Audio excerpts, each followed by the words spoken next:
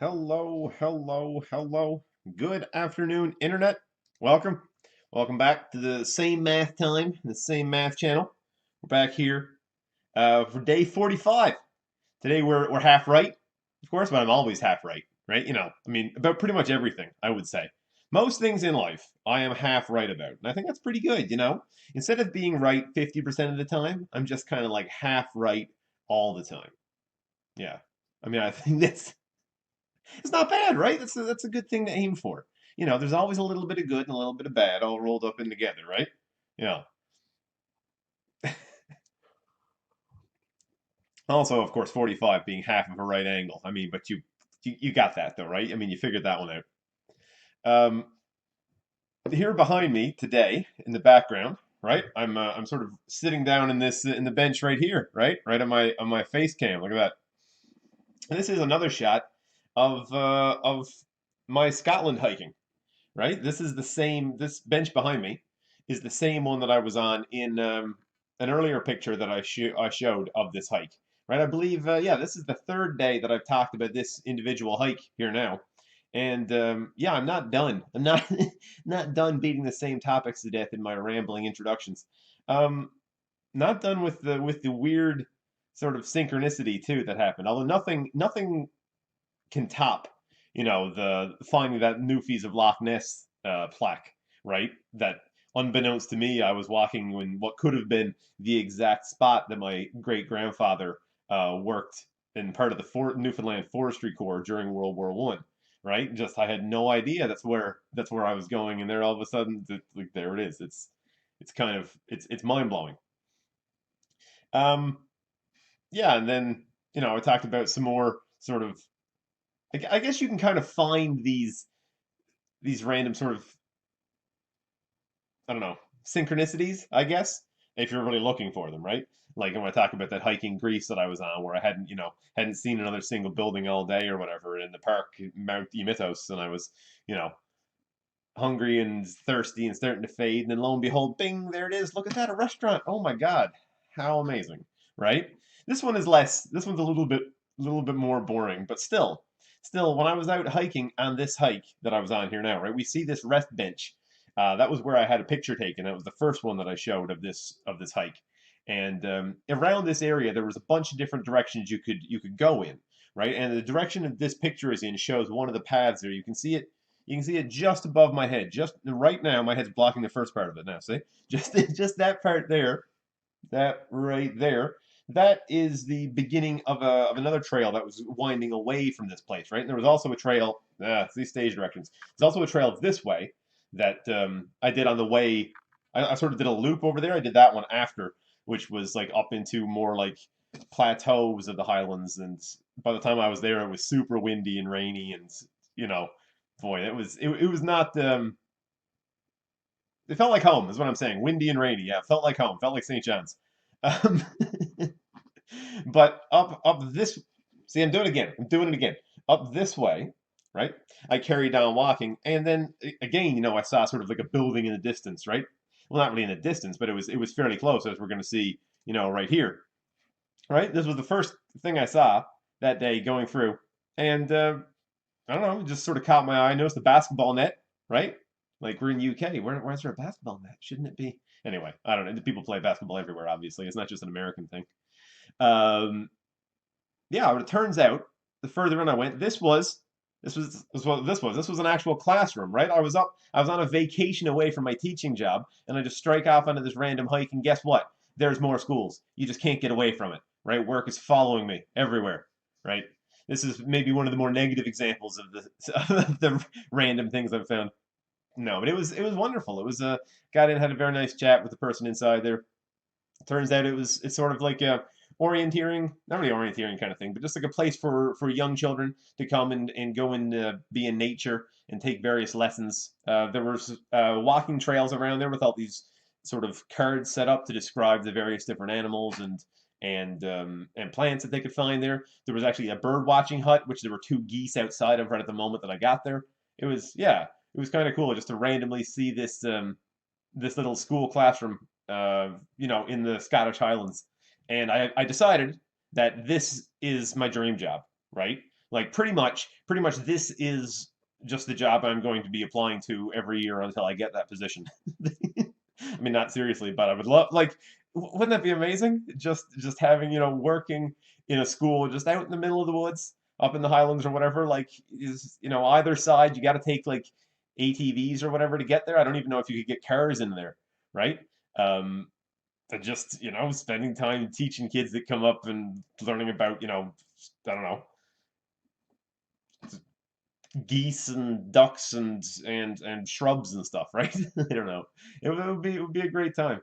So yeah, that was just a random thing that I found in on another hike in Scotland. It was but as we see here, right, it was a quite a pleasant experience to go for that walk for sure, and it's something I'd be looking forward to getting back to again this year, maybe a bit more hiking.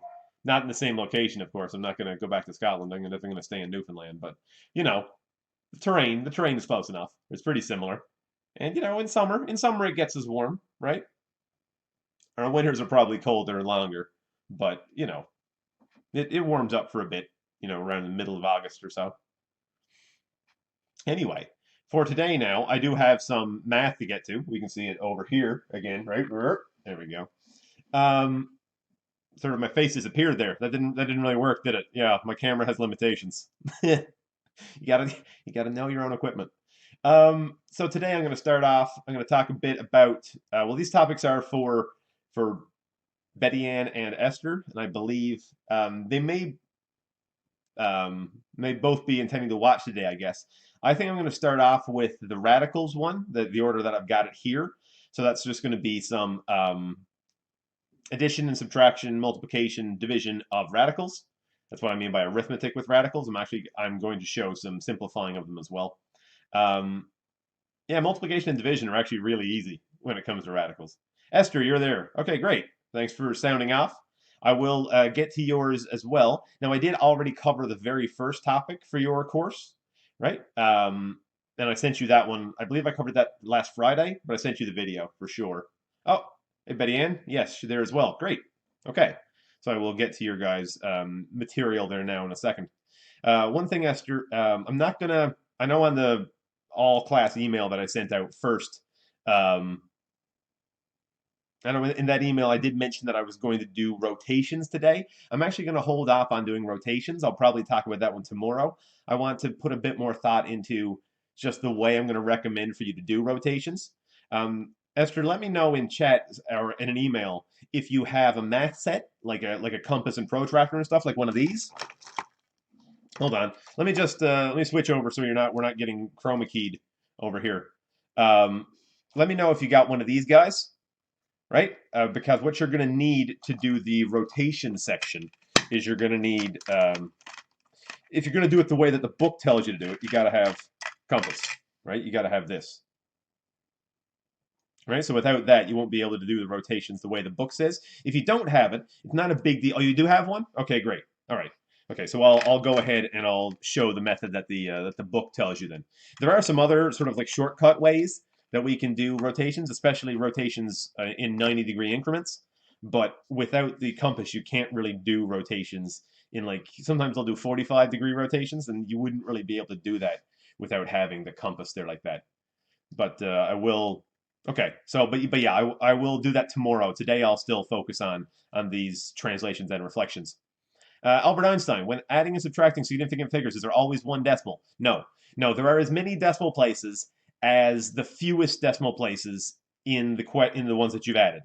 Right? So just to do a really brief aside, just to answer Bert's question there for a second. Just pop over to this one. So basically, for significant figures, right? Um, if I was to add the values like 1.35 plus 2.4, say 2.4, actually let's call this 1.36 plus 2.4. I'm going to have to call this then 3.8, right? Because this number here has two, this number has two significant figures in the decimal, and this number here has one. So when adding or subtracting, numbers, for significant figures, it actually doesn't matter sort of the overall number of sig figs in the number. What matters is the number of significant decimal places, right? So say we had the number, I don't know, 2.519 plus 30, 378, 3,789.62, right? Now, if we were multiplying, we would know that this has 4 sig figs, this has 6 sig figs, so our answer would have to have 4, right? Because it has to have the fewest. But for adding and subtracting, we're not concerning ourselves with the overall number of sig figs. We're only concerning ourselves with the number of sig figs in the decimal, like so, right? So then if we've got, so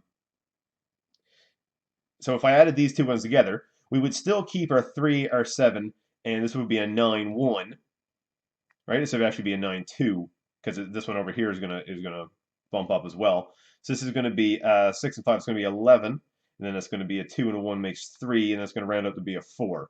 And it's going to, but you see what happened here, right? That even though this answer now has more sig figs than this one in total, because this has 4 and this has 6, that's totally fine. It's totally fine when you're adding or subtracting to increase the overall number of sig figs in an answer, right? But the question is, the issue is that we can't increase the number of significant decimal places. So yes, like the answer, like the question that you asked in email just briefly, if you had 5.0 plus 47.5, now here this has one significant figure in the decimal. Because remember what I said before, that zeros after a decimal are significant. Leading zeros are not significant, but zeros between significant figures are significant, and zeros after a decimal are significant. So this has one SF in the decimal. This one has one SF in the decimal. So the answer that we get can also have one SF in the decimal. So 52.5 is our answer here. Even though 52.5 has one more sig fig in total than this number, because this has 2 and this has 3, when we're adding or subtracting, we can actually increase or decrease the number of significant figures overall. We just can't change the number that's in the decimal. Right? Hope that was a reasonable explanation there. Isn't there always a decimal? No, not always. No, because for example, say instead of 5.0, say it was just 5. 5 plus 47.5. Well, then that was going to have to be 53 now, right? Because instead of 5.0, if we just call it 5, because I know normally, like conceptually, when you think about it first, like 5.0 and 5, well, that's exactly the same, right? But it's not. Not for purposes of significant figures. Because this one implies that we've measured it and that it is exactly 5.0 whatever, say centimeters. It's 5 centimeters and then 0 millimeters. Here it's just saying it's about 5. 5 is 5.0, sort of. Not for purposes of significant figures, it's not. Because 5.0 implies a greater level of precision in our measurement than 5 does. Now remember, if these are counted quantities, if these are discrete counted quantities, then they don't even have sig figs, really. And we could just, like if it was... Hey there, folks. Oh, okay. Hope what happened? Yeah, I'm not entirely sure. This was the first blue screen of death that I've ever had on this computer, and it happened in the middle of streaming. Boy, oh boy. It just like the computer just went totally dead, and I mean, BSOD, right? Blue screen of death. It just sort of popped up with this frowny face looking at me. And then it took ages for it to apparently compile some report to send to Microsoft that I couldn't tell it not to do. This was the first blue screen of death that I've ever had in this computer. I bought this computer where I was working at Harding Road when I bought this computer. So I've had this about like 5 years ago. I bought this computer. I've upgraded it since then and stuff. But the first blue screen of death I've ever had on this computer was in the middle, in the middle of streaming. Boy, oh boy. And yeah, now all these other random programs that I don't even really like all that much. You're like Spotify just popped up like, oh, we've got to install updates now. It's like, no, you don't. I'm not even opening Spotify. I'm not interested in that. Like Discord pops up, like, oh, we got update too, and it's like, I don't need to talk to my WoW guild right now. Like, I don't need Discord in the middle of the day during streaming. Come on. Anyway, boy, well, we're back though. We're back. Yeah, I'll just have some editing to do of the video that's on Twitch after this. Boy, oh boy, I copied down the system file that I need to go check up on, but apparently we're okay. So, right, I am going to, without further ado, I'm not gonna I'm not gonna redo my intro sort of banter. Oh, my mic settings appear to be different right now. Just went way into the red when I chuckled a bit. Anyway, boy, I need a drink. It's just coffee though for now. I'm gonna wait for the whiskey until afterwards. Boy. Anyway, yes, not gonna redo the banter. Back into the teaching. Here we go. So I don't have all my files opened up right now because my computer crashed and I'm trying to do it on the fly. So this might be a little bit rockier than sometimes, but we'll get through it, right? So Albert Einstein, this is what I was just talking about for your stuff.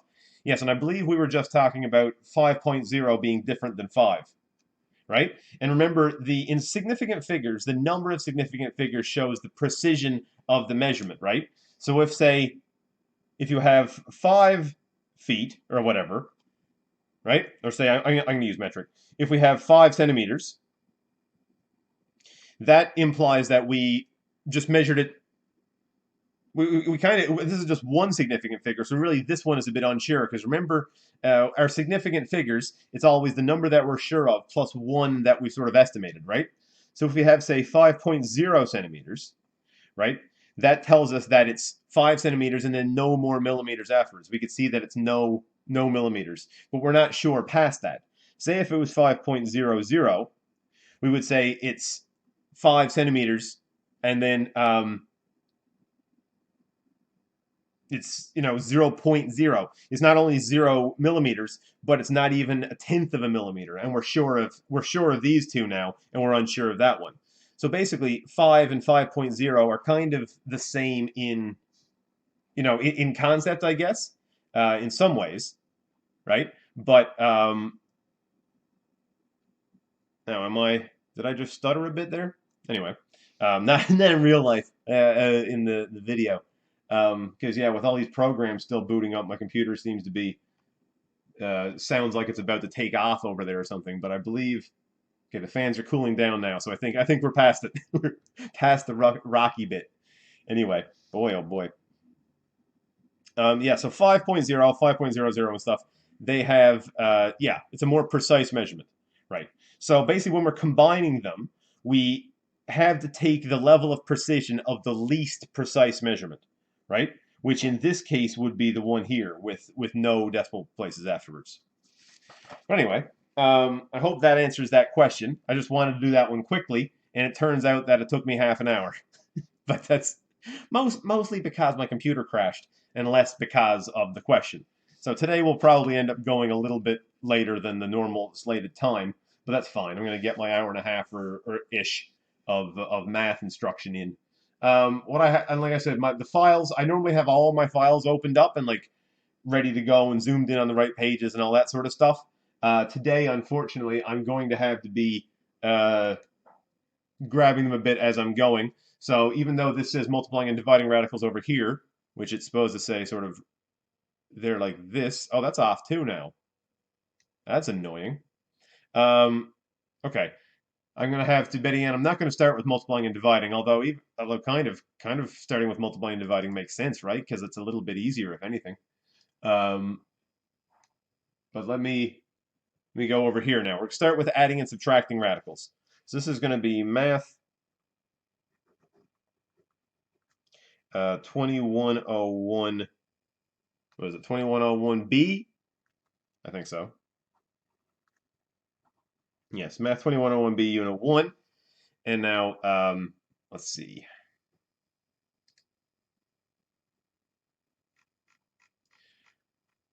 I believe you had asked for page 188. Thankfully, I wrote those ones down on paper, like a common troglodyte or a Luddite, I should say. Oh, troglodyte too, right? But that's just an insult, more so. Luddite is the phrase I wanted, or the word I wanted.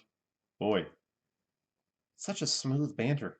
Yeah, so I'm going to pick a few of these ones to do, and then I'm going to pick some of the ones that you mentioned specifically, Betty Ann. I believe you asked for question 11, so I will get to that one as well as a few others. Um, so for question 2 here, I'm just going to show first some real simple ones.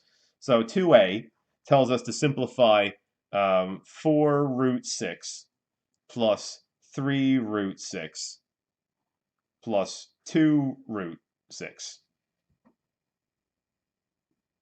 right? So what does that become then? Well, are we going to add together the ones underneath? No, we're not. We're going to treat it just like a variable. This is 4 root 6s, 3 root 6s, and 2 root 6s, right? If we're adding all those ones together, what we're going to have is just, excuse me, 9 root 6s. There we go, right? That's easy. All right, because all we're doing for those ones is we're just going to combine them together as if they were kind of like variables, right? Let me just see over here. I believe they have some examples of it on here, right? Yeah. So just like this one up here, right? So this is an example from the previous page in the book. So like 4 root 6 minus 12 root 6 is just negative 8 root 6. Just like if it was 4x minus 12x, you know? Um, anything like that, the radicals are going to work out just the same, right? So I think you're going to see how these ones go. I'll do one more like this, but these are super simple. So like 5 root 2 minus 9 root 2 minus root 2 plus 11 root 2, right? We're just gonna cram that one together. Radicals, I'm getting out of here. Yeah, I think you do see those again, right? Because I believe you have 2 math courses left to do. But yes, this is sometimes a complicated subject. No, radicals are all right. It is a big adjustment though, for sure. All right, so 5 minus 9, negative 4, minus 1, negative 5, plus 11, positive 6. So 6 root 2. There we go. That's all we got to do for a question like that, right? But of course, you didn't really ask me the question for me to go over ones that are that simple. And that is, personally, it's a bit of a pet peeve of mine when you'll be introduced to a new topic and you'll go to the book or go to the notes or something to try to find some good examples of it. And the only examples they have are like these absolutely completely stupidly easy ones like this. And then they ask you afterwards, based on the easy ones, to go and do the hard ones yourself, right? They should at least give some examples of the hard ones. So that's what I'm going to endeavor to do today. I'm going to pick a few different ones and do examples of a few different kinds. And Betty Ann, if you are still there in chat, um, you can let me know if you have any other questions, any specific ones you want me to do. You don't necessarily have to, be asking questions during it if you don't have to like make them up or something. But I mean, let me know if there are specific ones that you want me to cover that I'm not covering already. So how are we going to go about adding these two together? Well, the easiest way to do these is to break each of these numbers down into prime factorization as much as possible, right? Either that or factor out perfect squares, right? So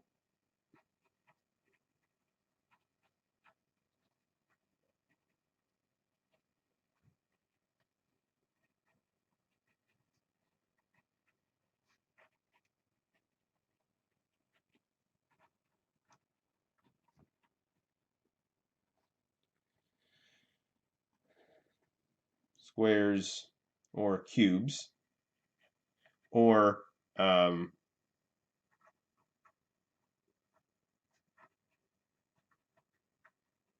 prime factorize, which I guess is the verb form of prime factorization. Esther, yes, you started the next unit so far, no problem. Fingers crossed it stays like that. Yeah, yeah, I am still going to introduce a bit about that unit, but the next one that you're doing is relatively straightforward. I will point out a few of the problems that people commonly have, just so we can hopefully avoid those. All right, Betty Ann, yes, great to know that you're still there. Let me know if you have any specific ones you want me to go over, but I will go over, like I said, number 11 that you mentioned. And until then, I'm just going to keep going over some ones that I see as being good. Now, these ones here, um, questions like this could be really hard, right? If these were really big numbers that we didn't have the way to factor out perfect squares from, it could be a little bit complicated, right? Because prime factorizing things take a while. But here, I know that 72 is the same as 36 times 2, right? And I know that 50 is the same as 25 times 2. So it's super important to know numbers like this, right? Because we had to know some of our perfect squares, right? Common perfect squares are, 1 squared is 1, 2 squared, 4, 3 squared, 9.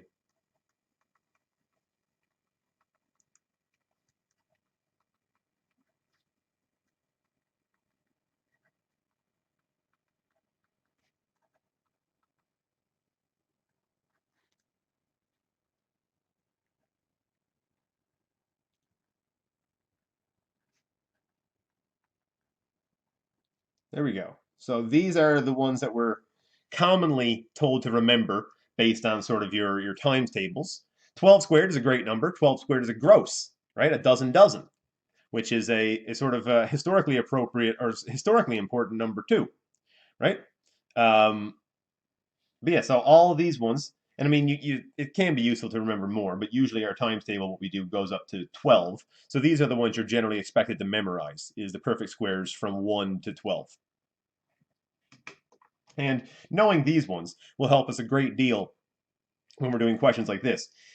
Because what we should do first to check and see if these questions can be made very easy is to try factoring out some perfect squares. Because once you take a perfect square out, well, as long as it's a square root, then it's going to be super easy. Because root of 36 is, of course, 6. We'll take the principal square root, not the negative one. And this is going to be 5 root 2, right? So then this is just going to be 11 root 2. Right? It's a lot easier in the end than it looked like it might have been at the start, right? So let's say we do a question like, hmm, hmm, hmm, hmm.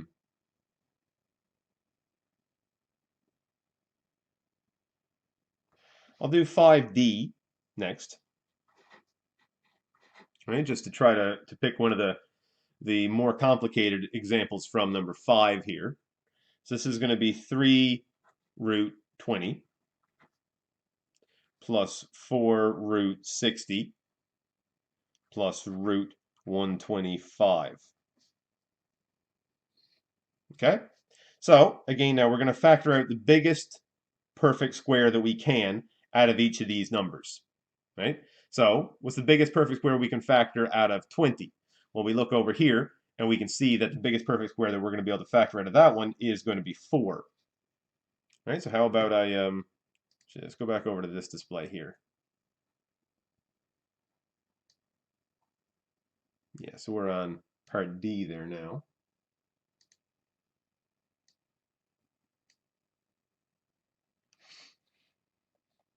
So then, root 20, we can call that the root of 4 times 5, right? Plus 4, root 60. What's the biggest one we can factor out of 60? Well, let's see. 4 again works because it's 4 times 15, and that is going to be the biggest one there that works. Right? So we can call this one now 4 times 15, and this is going to be plus the root of, this is 25 times 5, right? Like so. So then what are we going to have? Well, we're going to have, so this is going to become a 2. And when this becomes a 2, we're going to take it outside and multiply it by this 3. So this is now going to become 6 root 5 plus 8 root 15 plus 5 root 5. Like so. Right? And now I can take these and combine them together as much as I can. I can combine the first and the last ones. This is 11 root 5 plus 8 root 15. And again, like variables, we can't combine unlike roots like these ones. Right? So because this is root 5 and this is root 15, I can't take those two and combine them and call it like root 20 or anything like that. Right? No more can I say triple this. I can't call this like, oh, 11 root 5. Maybe that's the same as like 33 root 15 or something like that? No, we can't do that either. So we just have to leave those two separate like so, right? Let's pick another one of the simplifying ones here. Let's do, yeah, let's do 6c. That's a decent example there.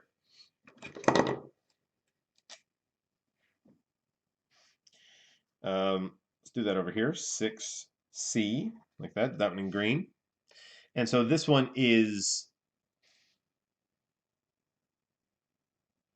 5 root 32 minus 7 root 2 minus root 484. Okay. So root 32, well, I can look at that one. I look over here at my um, perfect squares, right? And I know that, well, a number bigger than it can't factor out of it, obviously, not evenly. And one that's more than half as big can't. So then our first one to check is 16. And of course, 16 can factor out of 32, right? So we can call this 5 times root of 16 times 2 minus 7 root 2. Root 2 is going to stay the same because this one's already a prime number, so there's nothing else we can factor out of that guy. Now root 484. What are we going to do about 484? Well, we could start prime factorizing it, right? But what I'm going to do is I'm going to try dividing it by some of these ones over here and see if it works evenly. So I'm going to try 484 divided by 144. Doesn't work. 484 divided by 121. Hey, look at that. We got there. It does work, right? And it's, wait, it's 4 even. But on a whim, let's try that. Look at that. Oh my goodness. What did we just find? Well, let me just walk through a little bit what indeed we just found. I started trying to divide 484 by my different perfect squares over here, and I find that 484 divided by 121, right, gave me 4. So I can call it, so what I would then call this is root of 4 times 121. But the thing is, both these numbers now are perfect squares. 4 is a perfect square, and 121 is a perfect square. What that told me is that, hey, 484, that was a perfect square from the start. That was just the number 22, right?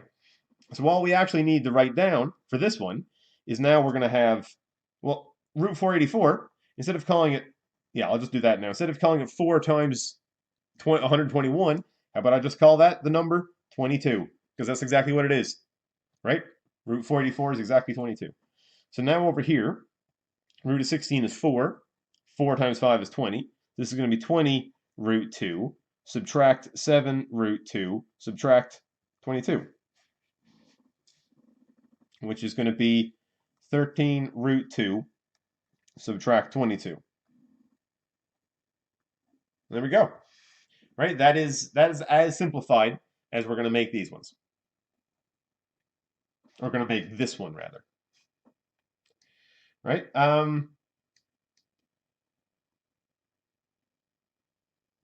Yeah, let's do a little bit of worded problem ones, right? And then I'll do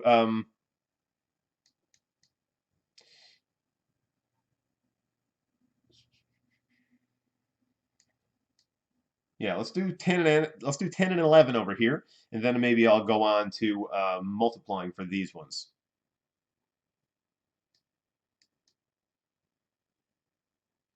Actually, I'll do 9 as well. Shouldn't just be here mulling over which ones I'm going to do, but I am at a bit of a disadvantage where my computer shut down and I lost the stuff that I had open. But you know, we're making do. We're bouncing back, right? So 9a here. Express the perimeter of this as a simplified radical. Well, how do we find the perimeter of a shape? Perimeter is just adding all of them together, right? So that's not hard because it's going to be root 32 then plus root 32 plus root 75 plus root 48. So clearly right out the gate, I can call this 2 root 32. That's easy enough. Plus root 75, and then plus root 48. Just did that first to get it out of the way, because obviously we can combine those ones together like so, because the left and the right side of that shape are equal length. But now we got to break these guys down like we did the previous ones, right? So what's the biggest perfect square I can get out of 32?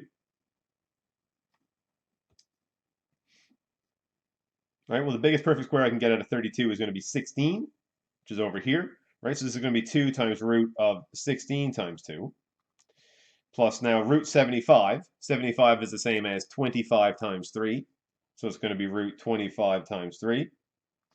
And then plus 48. 48 I know to be 16 times 3, right? So it's going to be root of 16 times 3. So then we're going to go ahead and call this, so 16, root 16 is of course 4. So 4 times 2 is 8. So this is going to be 8 root 2 over here. And this is going to be 5 root 3 for this next one. And then this one here is going to be 4 root 3, like so. And we can go ahead and combine those guys. And of course, we had to leave the root 2's and root 3's separate. Oh, sorry. 8 root 2 plus 9 root 3.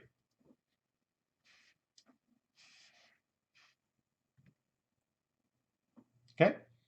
And now, Betty Ann, specifically, you asked about question 11. So let me get to that one. Go over to the full page display so we can see it a bit better. Question 11 tells us the design for an overpass is shown. Determine the total length of steel needed to form the angled support section of the bridge, and express your answer as a radical in simplest form. Okay, well there's our diagram of the bridge. Yeah, I should be able to cram this one on this page probably.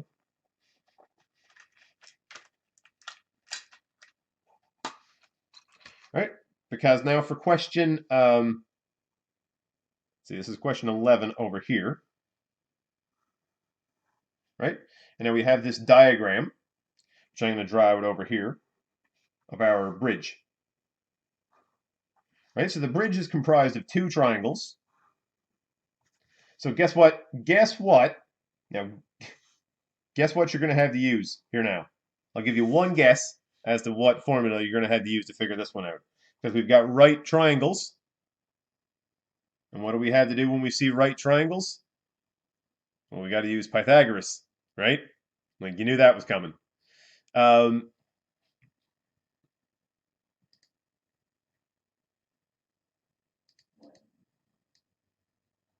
So we have this one here is 10 meters in that direction. This is 6 meters in this direction, 3 meters here, and 5 meters here. So how am I going to find out this side and this side?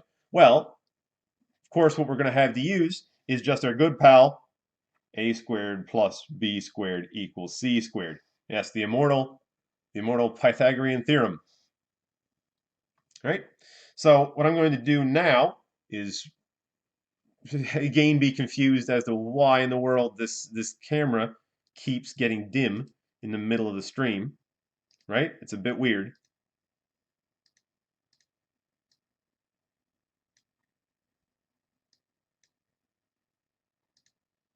Okay.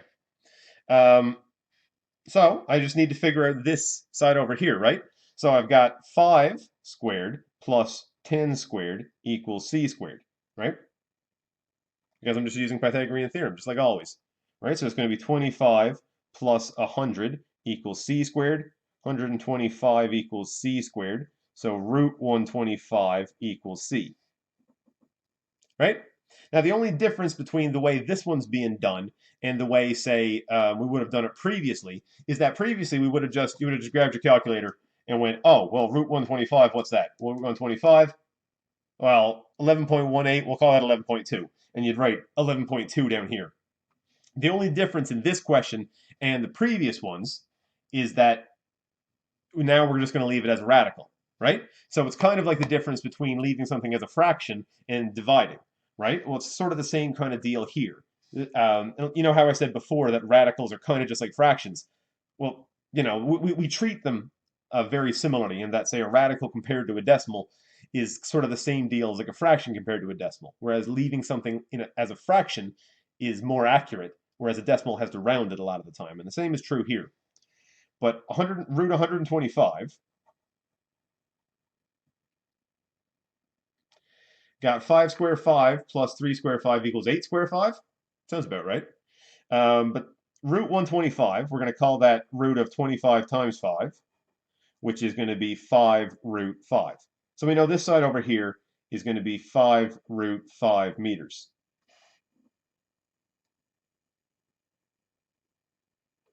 100 kilometers an hour divided by 9.5 seconds equals 10.5, or is it 11? Um,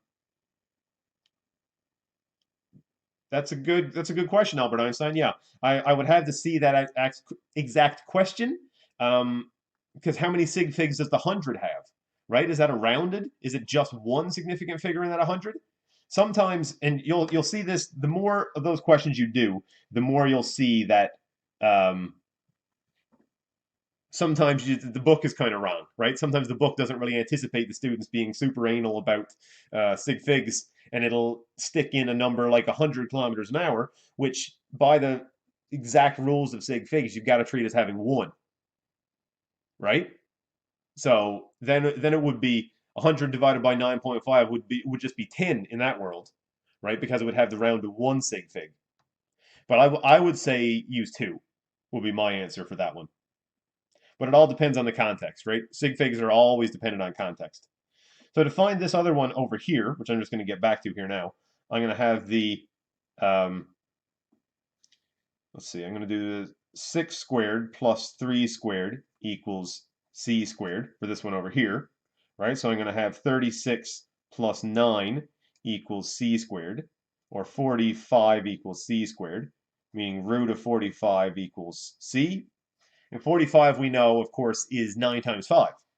So that's going to be root of 9 times 5 equals c, or then that's going to be 3 root 5 equals c. So this one over here is 3 root 5 meters. And then if I was to take them and combine them, Betty Ann, it does look like you were right on the money for those ones, because then that is going to be, your total is going to be 5 root 5 plus 3 root 5. So the total is going to be 8 root 5 meters. So you were correct about that one. 8 square 5, yeah, 8 root 5. We would call that 8 square root of 5. That's right. Yeah, exactly. So that is how we would go about doing, that's addition and subtraction, therefore, for radicals. Let me switch back over to my intro display. Stream is not starting soon, it's already going. Yeah, but I sort of lost. I wonder how my recordings are looking right now. I'm gonna have some serious editing to do to account for that bump in the road there at the start, but we'll do okay. Um, yes, I wanted to do multiplication as well, right? So just bear with me for 1 second while I bring up the page that I was going to use to talk about multiplication. It's page 198. 198 in your textbook. Yeah, before I get into the multiplication, let's talk briefly about the rules for multiplication. So that's 197 in the book. Really useful page. And you'll see that multiplying radicals, again, like fractions, multiplying is actually easier than adding and subtracting, right? Multiplying and dividing are the same operation. Well, so are addition and subtraction. But anyway, multiplying is easier than adding, basically. Because, right, if you have a root above a root like this, that's the same as a root of the whole fraction, right? So root 6 divided by root 2 is the same as root 6 over 2 or root 3, right? Other rules are say that if you are multiplying them together, the root a times root b is just root of a times b, right? It's just that simple, right? So root 3 times root 2 is indeed root 6. You just take them and multiply them, just you know. And then for simplifying, like you've got down here, right? This is a super useful thing to know as well, right? Because when it's a fraction like this, generally we want to get rid of radicals in the denominator and just have our radicals in the top or in the numerator.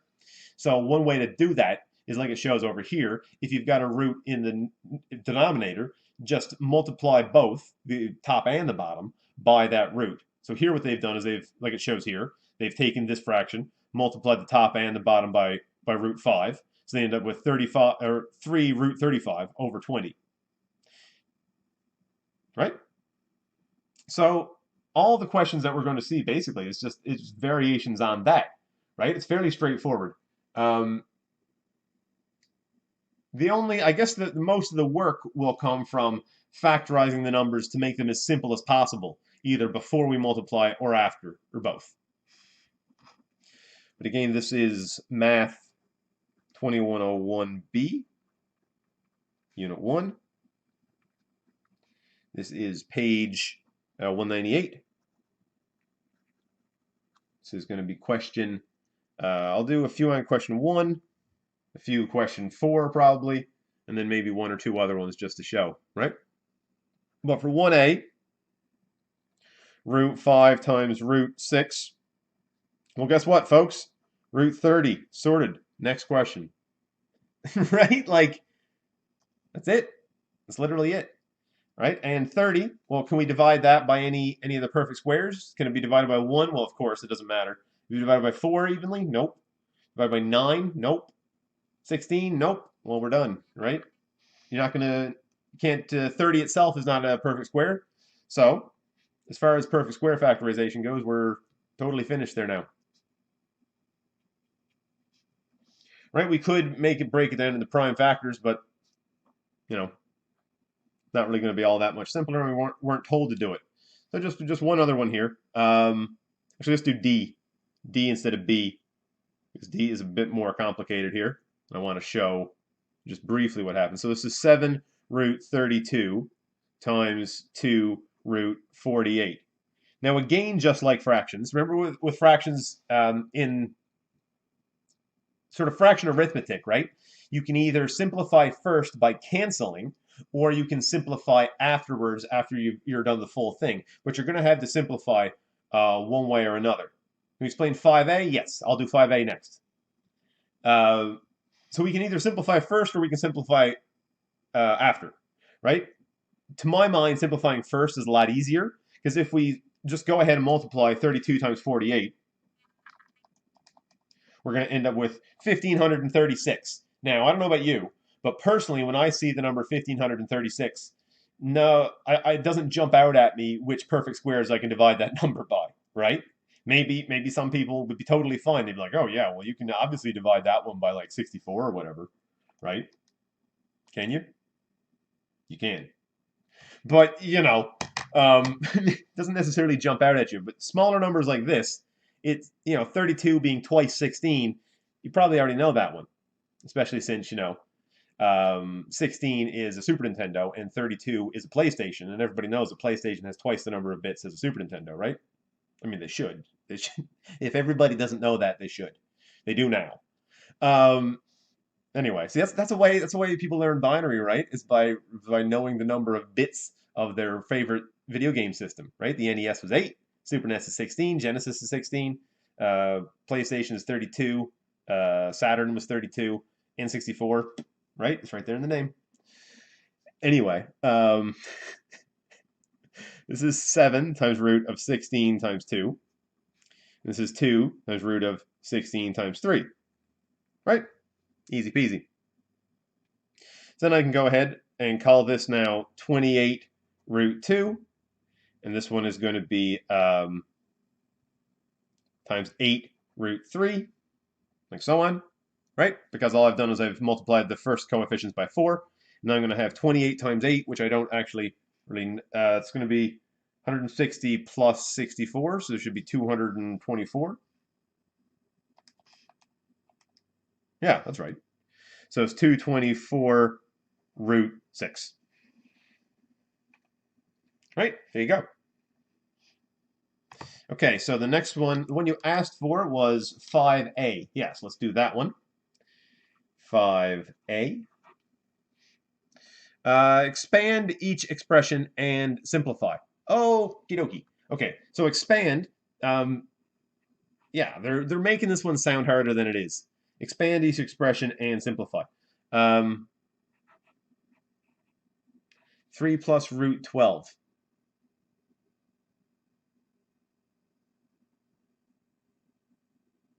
Now, I don't, Yeah, I don't think this one's not going to be very difficult, to be honest, right? Because there's a whole lot of stuff that we kind of can't do here, right? And I guess one of the harder parts of these is knowing when you're done, right? Because once we're done this, it's not going to look like we did a whole lot, right? But so it tells us to expand, then simplify. So let's follow that. So to multiply two terms, because anything separated with a plus or a minus is a different term, multiplied by the number outside, we had to multiply like so, right, by both of them. So we're going to have 21 plus 7 root 12. That's all, because we multiplied a 7 by both those. Now root 12, what can we call that? Simplify that guy? Well, we can, right, because we can factor out a 4. So we can call this now 21 plus 7 root 4 times 3, which is going to be 21 plus 14 root 3. And that's all we can do, right? See what I mean when I say that we're actually, sometimes it's going to look like we didn't do a whole lot? We really didn't do a ton there, did we? But that's as simplified as that answer is getting, right? Let's take a look at one of them where, let's see, where it'll be a little bit different. Yeah, I'll do B and then I'll do E. Actually, I'll do C and then I'll do E because E is a whopper. So that's going to be root 6 times root 10 minus 8 root 3. Starting to run out of paper here, right? So again, I'm going to take this root and multiply it by both of the numbers that are inside, right? And from the start, I can't really simplify any of these very much. But what I can do is I can take this 6 and it's going to multiply by this term and by that term over there, right? So this is now going to become root 60 minus 8 root 6 times 3 is 18.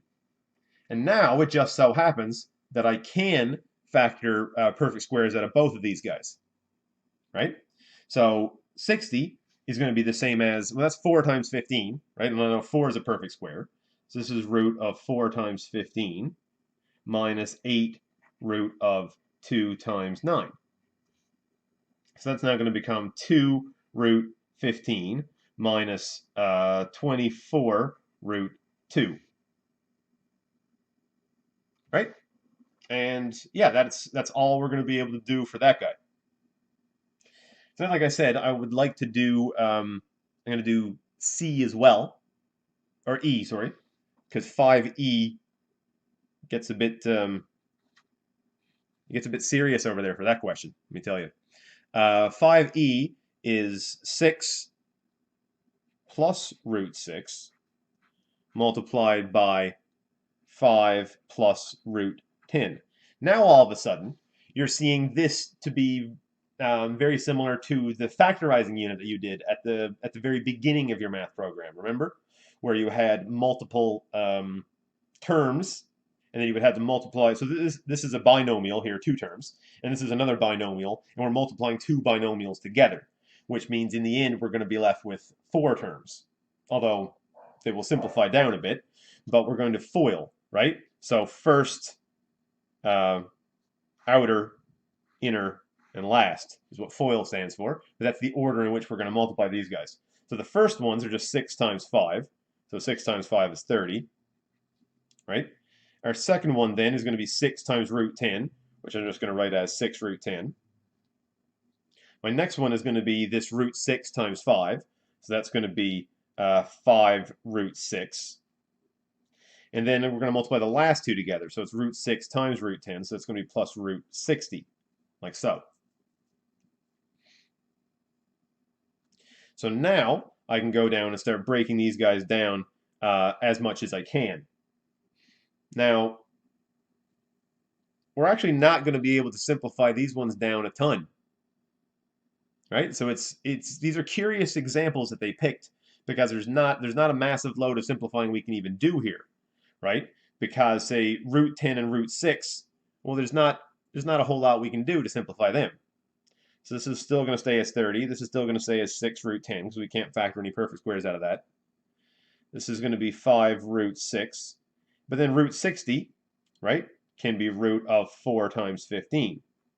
So it's going to become 30 plus 6 root 10 plus 5 root 6 plus 2 root 15.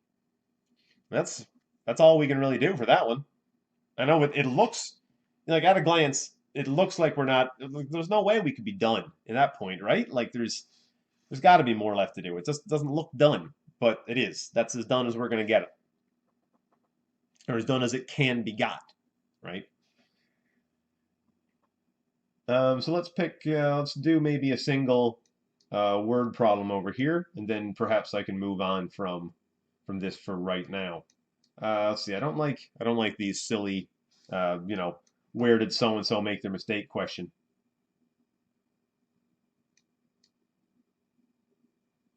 Yeah, let's do a little bit like number 16, just briefly, just to show those examples.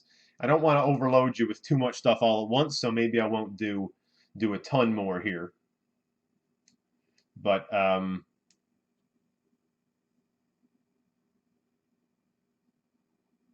yeah, okay, let's do 14. Let's do a bit of 14 and a bit of 16. Yeah, that sounds like a good idea. So 14 here, I'll do A and yeah, let's do A and B for 14.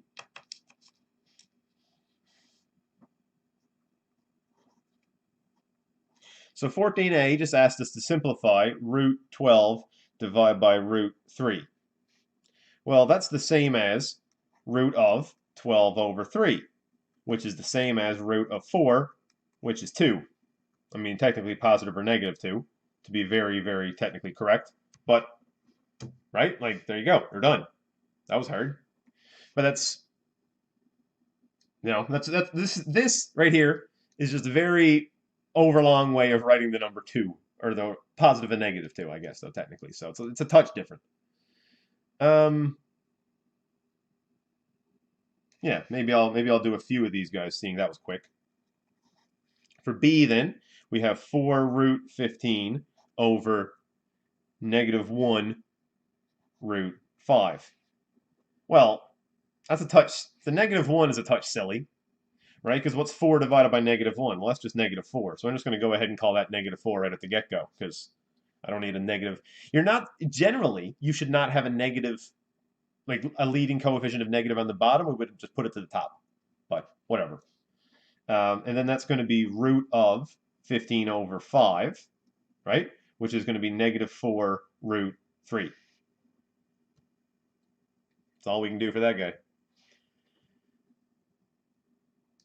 And then, yeah, I'll do C and then move on from number 14 here. So C is negative 3 root 30 over root 6. Well, that is, of course, negative 3 root of 30 over 6, which is negative 3 root 5. Right?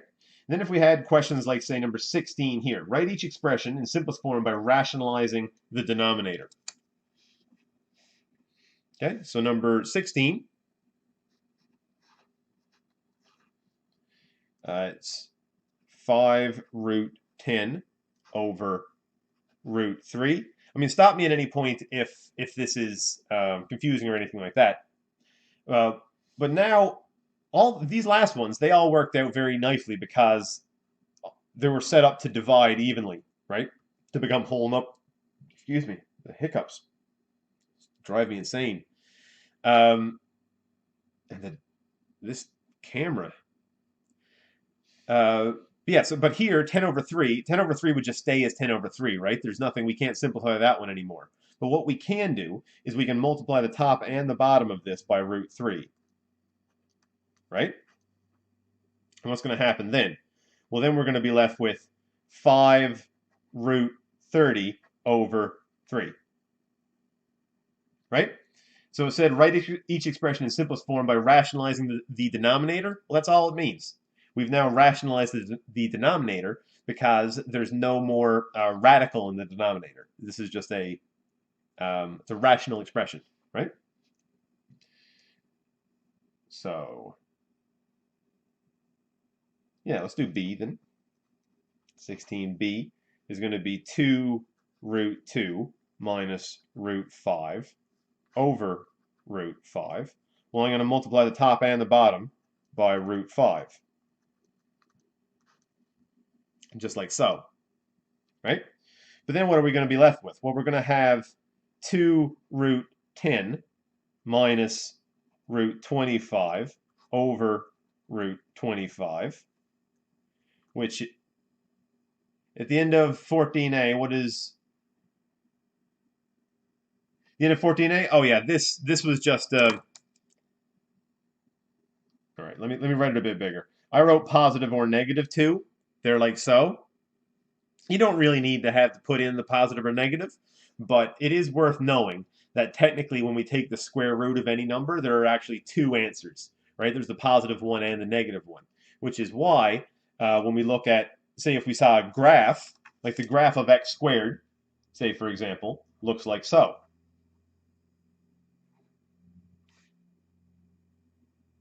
And we call it a parabola, right? So this is the graph of y equals x squared.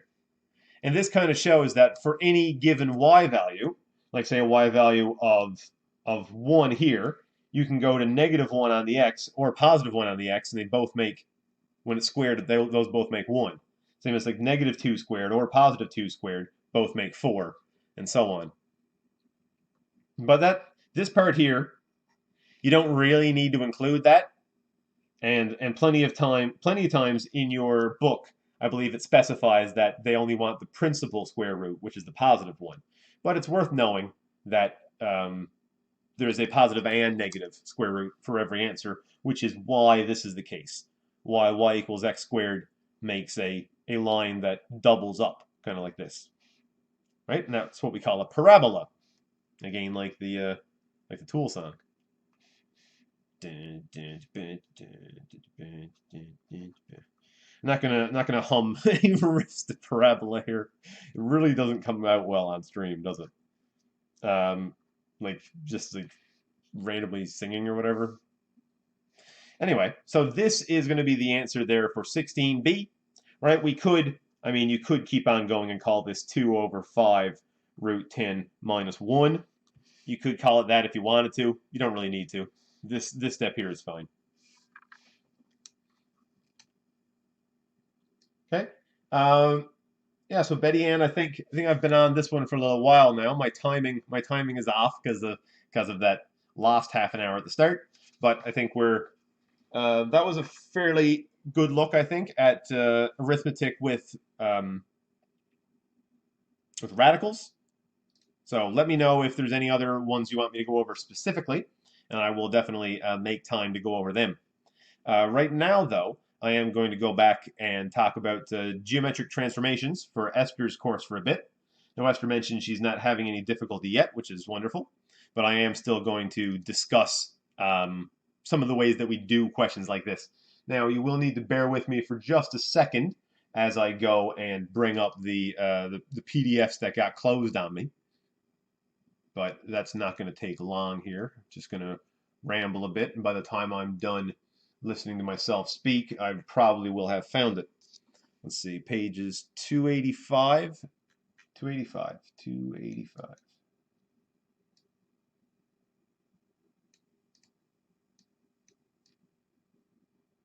All right, here we go. So I'm going to look at two different kinds of translations here, which are going to be two different kinds of transformations, which are going to be translations and reflections we're going to do today, right? So this is going to be Math 3102C, and this is going to be Unit 1.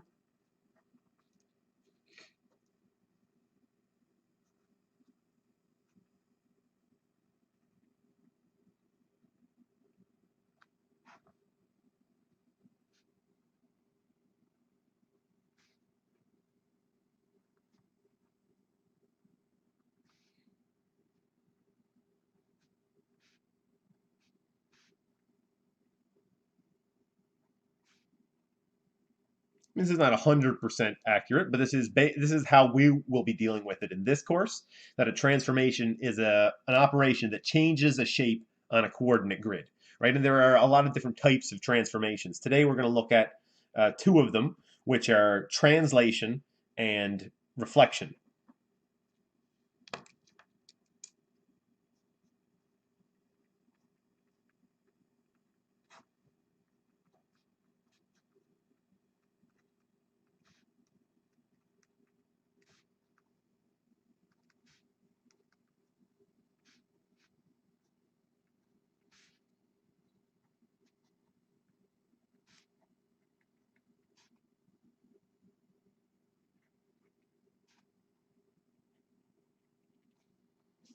So a translation is a transformation that slides a shape up, down, left, and or right. So any combination thereof. You can slide it, most of the time it's going to be diagonal, right? But sometimes it'll be exactly left or exactly right or whatever. But yeah, so we just basically you're just taking a shape and you're just sliding it, right? We're not changing the orientation of it. And we're not flipping it and we're not resizing it and nothing like that. All we're doing is just taking the exact shape and just moving it. That's it, right? So for translations, then, say we were to look at page 285 in the textbook. All right, so describe the translation shown in each diagram. As we see here for these first two. Now, this is going to be a common way that these questions will be asked. They'll be asked for you to just describe the translation. So here, say for 1A, all we're going to say is, well, how do we find out? Well, we just go in and we count. So let's zoom in a bit more so we can see it like real big on the page. There we go. Nice. Right? So what's the difference between this point and this point? Right? So what we're going to do is we generally pick a vertex, right, or a corner of the shape, because those are the easiest ones to notice if we're moving it, sort of to notice what part corresponds to it, I should say. So now we're going to go down. See, it's down 1, 2, and to the right 1, 2, 3, 4, 5, 6, 7, 8. Right? So the translation is just going to be down 2, right 8. That's it. There you go, done. That's all you got to say for those ones, right? I mean, that's fairly straightforward, isn't it?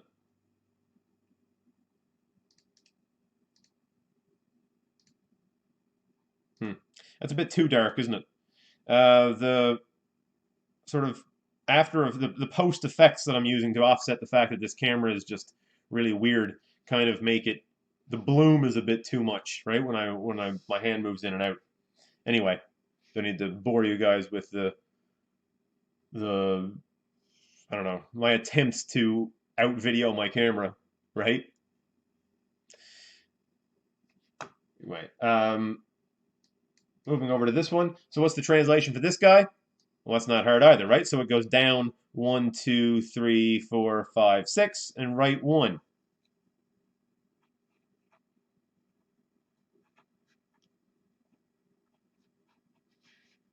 Right? That's all you got to say for that guy, right? Super simple stuff. So,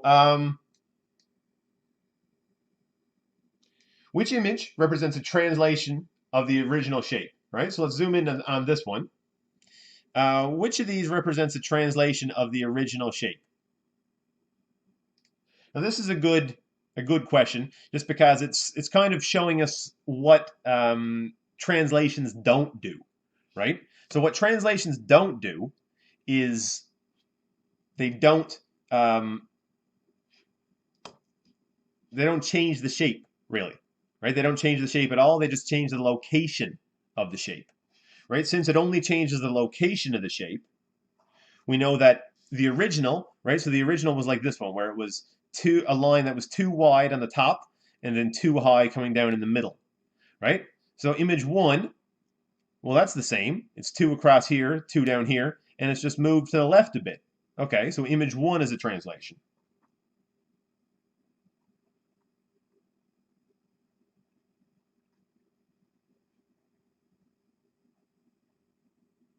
Let's look at the others and see, are there any others that are also translations? Well, let's find out. Image 2, well, that one's not, because that one's much smaller, so that doesn't count. Image 3 is not because it's upside down, and image 4 is shorter, right? So only image 1 is a translation. Image 3 is a reflection. We'll get to a reflection probably in like 10 minutes or so, but for now, we're not going to be concerning ourselves with that guy. Okay.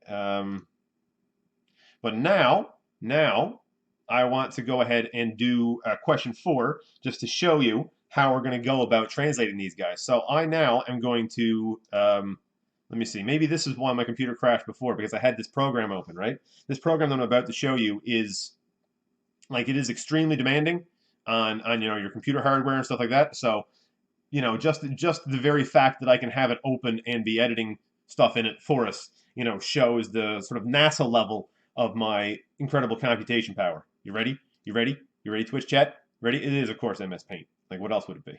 What else is it going to be? It's MS Paint. Um, okay. So copy figure PQRS onto a coordinate grid. Hey, we've got it. We've got it right there. We've got it right there in our premium software. Translate figure PQRS 3 units right and 6 units down. So how are we going to go about doing that? Well, I'm going to pick and get a nice large red marker here to show what I'm doing. So what we're going to do is we're going to pick any point on this shape, any of the individual points. I'm going to pick point P, right? So we're going 3 units right and 6 units down. Well, then we just count, right? 3 units right, 1, 2, 3, did it.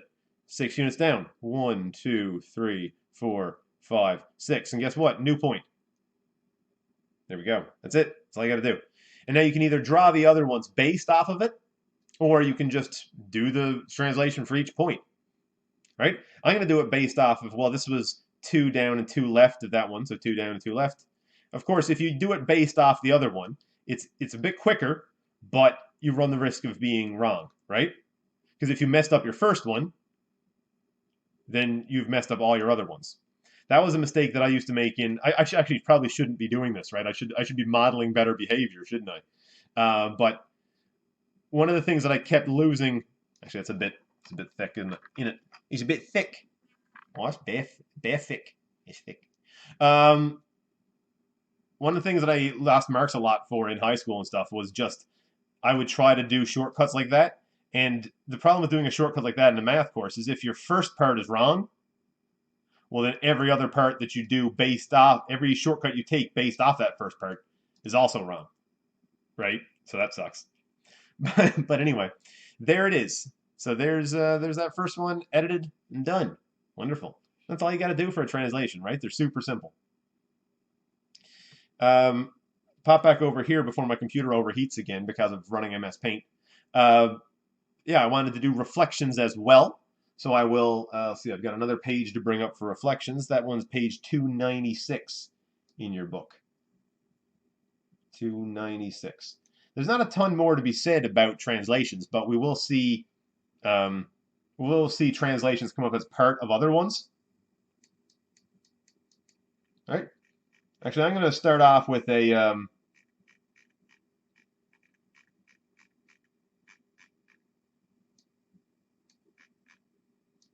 you know what? This is probably a good way to show this one. So if we go back on over here now to the document display, okay, so which of these transformations represents a reflection? Well, what in the world is a reflection? Right? So reflection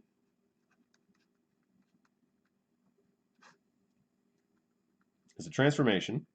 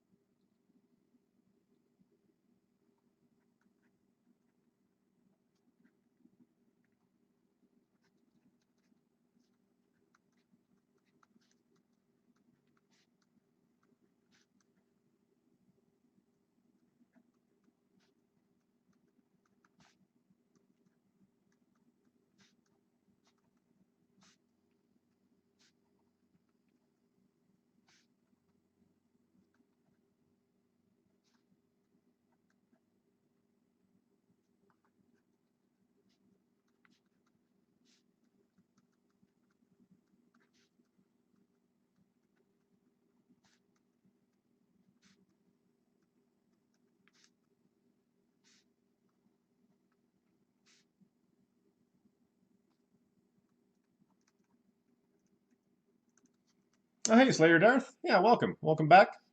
Um, Hi there. How's it going? It's going great. It's going pretty good today. I think we're cruising in through. The blue screen of death at the start can't stop me. Apparently, it could for a while, but not permanently. Reading electronics books right now. Awesome. Okay, that sounds fun. Yeah. The we do in this program. I do a there's a course on electronics, but it's not really electronics so much as it's just like electrical circuits and then V equals IR and various voltage and resistance and stuff.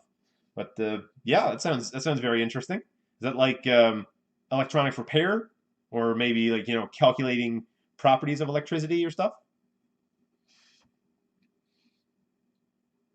Uh, yeah, so Esther, the reflection, like I said, this is a bit of a long way of talking about it, right? Reflection is a transformation that mirrors an object across a reflection line. Boy. After reflecting, each new point should be the same distance from the reflection line as the original corresponding points were before reflection. What in the world does that mean, right? Well, basically, when you have a pair of a shape and its reflection, the reflection line has to be directly in the middle of the two of them, right? So if you look at A up here, 1A, so this is going to be page, what is this, 296, right? Or 295, rather, 295. A few books, some theoretical, and called Electronics for Kids, where you go through various practical projects, etc. Oh, that sounds like a lot of fun. Yeah. A few hardware hacking books from the PS2 and original Xbox. That's cool. Yeah, yeah, yeah. Yeah, one of the that's one of the great things about like having old consoles around is you can like try to jailbreak them or whatever, or change the operating system. Like a buddy of mine had an Xbox that was like cracked in order to have like a massive library of pirated like emulator games on there, like an Xbox, right? But you can just boot it up and play like any NES or SNES or Genesis or PS1 game or whatever you want because they're all saved in the hard drive of the Xbox, right? So that was pretty sick. Um, yeah, on page 295 here. So question 1A. Yeah, yeah, it was pretty cool. Yeah, it I mean, occasionally there would be problems as all homebrew software has, but yeah, it's a super great like arcade machine or whatever, right? You're using Xbox controllers and you're playing like any game you want from like I don't know 1985 to 2000 or so, right? Pretty cool. So for 1A, this one is a reflection. We know this one is a reflection because both basically the reflection line, which is drawn here, right? It's directly in the middle of the shape.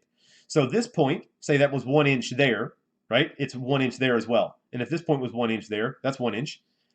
And if this one was say 5 inches from this point to this one, it's also five from this one to this one. That's why those are reflections.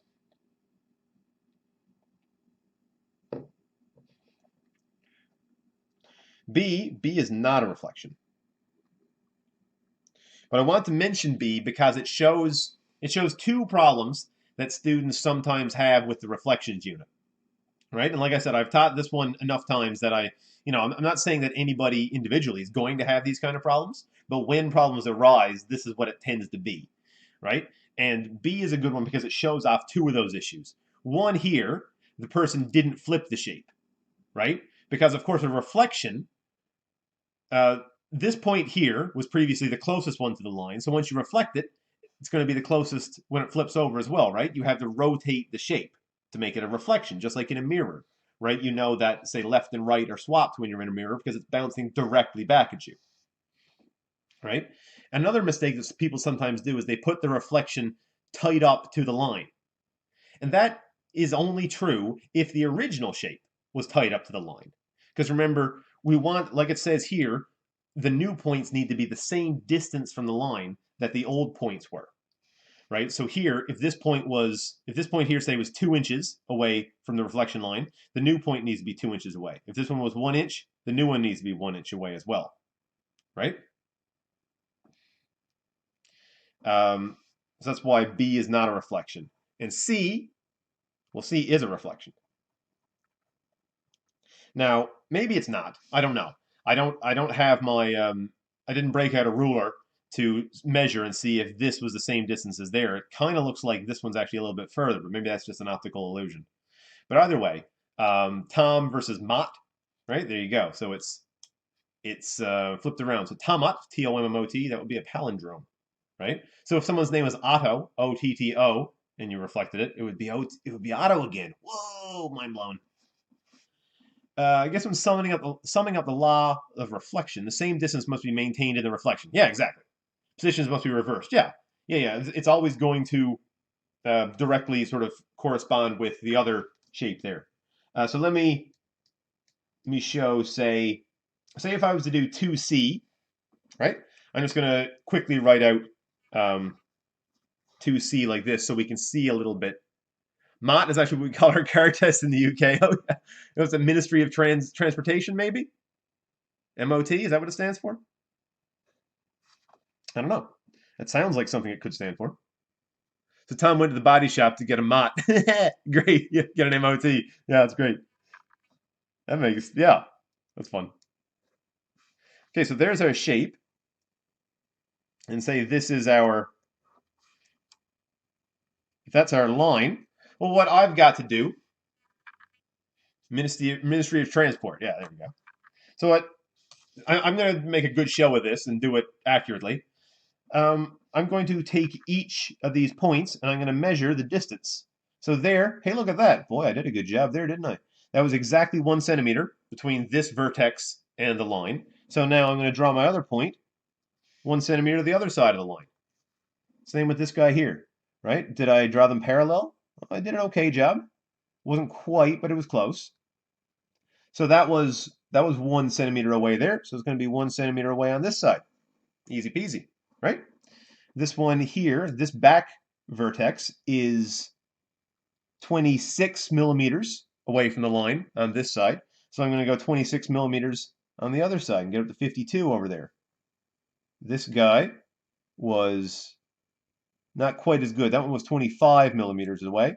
So I'm going to go 25 over there. And now I'm going to join these guys together.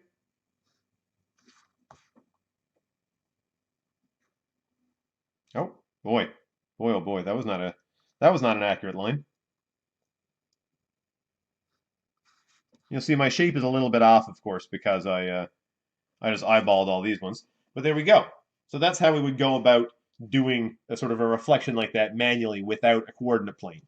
But I don't want to spend too much time talking about these non-coordinate plane ones because whenever you're doing a reflection like this, it's going to involve coordinate grid, right? So here it says copy each figure to a coordinate grid. This is the next one I'm going to do, right? And then draw a line of reflection, then reflect over the line of reflection. Now, one good reason I want to show this one is because it does bring up one of the other issues that people sometimes have, which is knowing how to draw our lines of reflection, right? But so again, now I'm going to go back and I'm going to open up my. So I'm not going to not going to beat around the bush with the banter again for a second. I'm going to go back to handy dandy trusty MS Paint over here, right? That's a good. Look at that. Switching to that scene is kind of interesting, right? I get that fraction of a second of the background there. That's fun. Um, so copy each figure on a coordinate grid and then do this other stuff. Let me. Okay. So line of reflection at y equals 1. Let me tell you what. Let me tell you what. How about I move? How about I move so we can see that? There we go. So line of reflection at y equals 1. Let's draw what that line is. All right, so I'm going to go grab my line. Make it do it a red line, right? Like the Laserhawk album. I've mentioned that album on stream before. That's an amazing album. I listened to that one on the treadmill like a lot. That is a great album. It's real. It gets the blood pumping. Let me make that a little bit thinner. So y equals 1, a line that is a y equals line, we know that that one's horizontal, right? Because y equals 1 are all the points on the line that have a y coordinate of 1. And all the points with a y coordinate of 1 are that line right there. So there's our line of reflection, right? So now I want to go ahead and draw my new shape. So let me pick a different color for that. How's about I pick turquoise, right? It's a good word. Actually, turquoise is pretty similar to the color that they had originally for that shape. Let me just pick straight up blue. Okay, so now we're going to see kind of what I was talking about before. So this point here, this one is, how far away from the line is it? Well, the line is 2 up, right? Or this point is 2 down. So the other point needs to be, the new point that I draw, needs to be the same distance away, but it needs to be totally opposite, on the opposite side. So it's going to be 2 up. So this one is going to be up here. Same with this one. This one was 2 down, so now it's going to be 2 up. And the other ones are going to be here and here. They're going to be off our shape a little bit. So now I can just go ahead and draw the square, like so. Right? So there's our new shape. That's a reflected shape for that one. Right? So let me slide myself back on over to this side. So now we're going to do the other one. Do 4b here now. So line of reflection at x equals -2. Ah, now this is one of the reasons, like I said, that I wanted to do this question, is to take the opportunity to show what that means. X equals -2. Well, that's all the points on our coordinate grid where the x coordinate is -2. And x coordinate being -2 is going to be down through here, like so. Right? So that's the line that we're reflecting it in. It's a vertical line this time. So now I'm going to take each of the vertices and I'm going to just draw them the same distance away from the line, just on the other side. Oh, I didn't mean to change that. Whoops. Oh well. There we go. Changed the color before I had clicked off the shape there. Okay, so now this is 1 to the right to get to the line, so we're going to go 1 to the left of the line. There we go. This one here is 1, 2, 3, so 1, 2, 3. And this one here is 2 away, so we're going to be 2 away. There, like that. Now I'm going to just take some lines, and I'm going to join these guys up. There we go. Oh. There we go. There we go. Sorted. That's it. That's all you got to do to reflect the shape like that. Oh, redo that. Save that one. All right. Yeah, I'll do, I think I'm going to do one more probably on this one because I wanted to show sort of a question where that's very similar to the way we would handle these ones on a test or something like that, which is most of the time that you see these, it's going to be all combined together, right? So I'm going to go down to page 299, which combines some of these topics. We'll see over here, right? So it says copy the rectangle onto a coordinate grid, draw a vertical line of reflection at x equals -2, reflect it, and then translate it. Okay? So this is what I'm going to do for these ones. Let me switch on back over there momentarily. There we go. Nice summary cabin scene there. Oh, look, I caught my cursor in the screenshot. Let me delete that. Yeah, let me move myself. There we go. So copy the rectangle on a coordinate grid. Hey, we did that. Look how fast that was. It's done now. Through the magic of technology. Imagination. SpongeBob meme. So x equals -2. So let's grab this. Let's grab this. X equals -2 is going to be this line again. Okay. Reflect the rectangle over the line of reflection. Okay. Let's do that. So this point it's 3 to the left, so we got to go 3 more. 2, 3, right here. Oh, well, it needs to be a bigger dot for me. That one's going to be right here. Then I'll tell you what. Twitch chat. Let me undo that. Let me do a little bit more technical blizzardry here. Watch this. Watch this action.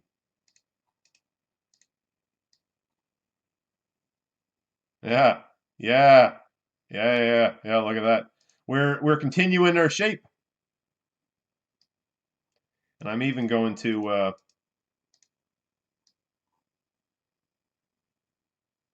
cover that up. Oh, what? It's in different. Weird. All right, never mind. You know what? That could have been better. That could have been better, but it's not bad. It's not bad, right? We got there. Okay. So there we go. I've extended my coordinate grid a little. So now, let's see. 3 to the right, so we got to go 3 to the left. 1, 2, 3. And let me share it. Yep. 1, 2, 3. There we go.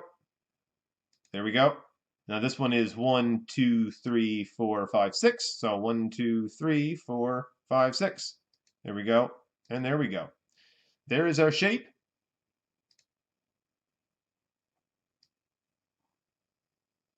It's a bit of a thick one. Let me thin that one out a touch. There we go. Good. So now all I have to do is translate the reflected image 3 units down. Okay? So translating it down means it's just going to be the exact same shape. So it's still going to be a 3 by 2 rectangle. It's just going to be translated 3 units down. So I'm going to count now. 1, 2, 3 units down. And then there's my new rectangle. That's all. Right? That's all it takes for that guy. So then let me scroll down here. Copy, we'll do 3 as well. So copy the triangle on a coordinate grid. Hey, we got there. Draw a horizontal line of reflection at y equals -2. Okay. One reason I wanted to show this one is because now we've got one where the line of reflection is pushed right up against the shape, right? So now what do? Well, nothing, really. I mean, yeah, well, we don't do nothing, but we don't do anything special, right? It's just going to be the exact same as it was previously, because now, well, this point is 0 away from the line, so it's going to be 0 in the other direction, which is to say it's still going to be on that line. It's just going to be exactly right there, right? This point was 2 down, so now it's going to be 2 up, 1, 2, and it's going to be right here. This point was 2 down, so it's going to be 2 up now, so it's going to be right there. So now I'm going to go ahead and draw these straight lines. So it's going to be a straight line there like that, a straight line here like this, and a straight line here like this. There we go. So that's the first sort of transformation, right? Which was that reflection. Now I'm going to do the translating the unit up to, right? So when it moves up to, again, right, each point is just going to be 2 higher than it was previously. That's all. So up to 1, 2. I'll use a different color this time. Use green. Up to there. Up to there. And this one up to is going to put it still on the same edge there. But, you know, that's all. I could have copied and pasted again. But there we have it. Tell you what. There we go. That's it. That's all you got to do for those ones, right? So those, like I said, translations and reflections, probably fairly straightforward for you, Esther. And I know you mentioned that you weren't having any difficulty at all with this unit, so that's great. But I did want to, like we talked about, just go over the first topics a bit, right? For tomorrow, I will have a bit of a brief on how you're going to do rotations. Like I said, rotations are going to be a little bit different, but since you've got your compass and stuff at home, there shouldn't be any major problems with getting those done. Now, let's see. Yes, I've actually, yeah, we're about at my normal end time. Well, not my normal end time, but my normal end amount after that that crash at the beginning. We brought it back and we got through it, right? I'll leave you with a last look at that hike in Scotland that I was talking about again today, right? Yeah, so that was some arithmetic with radicals and some geometric transformations. Thanks for being here with me again today, everybody. About to go and do a little bit of video editing to paste things back together after that crash. But yeah, everything seems to have gone swimmingly since then, and hopefully, we'll carry on having, mostly, I was gonna say flawless streams. Boy, I don't know about flawless. Flawless is a bit of bombastic rhetoric that maybe more befitting a American president or something. I don't know. Boy, oh boy, I'm not gonna get into it. I'm not gonna get into it. Anyway, yeah, thanks for being with me today, again, folks. Stay safe, stay interested, and hope to hear from you all again tomorrow. Right? Thanks.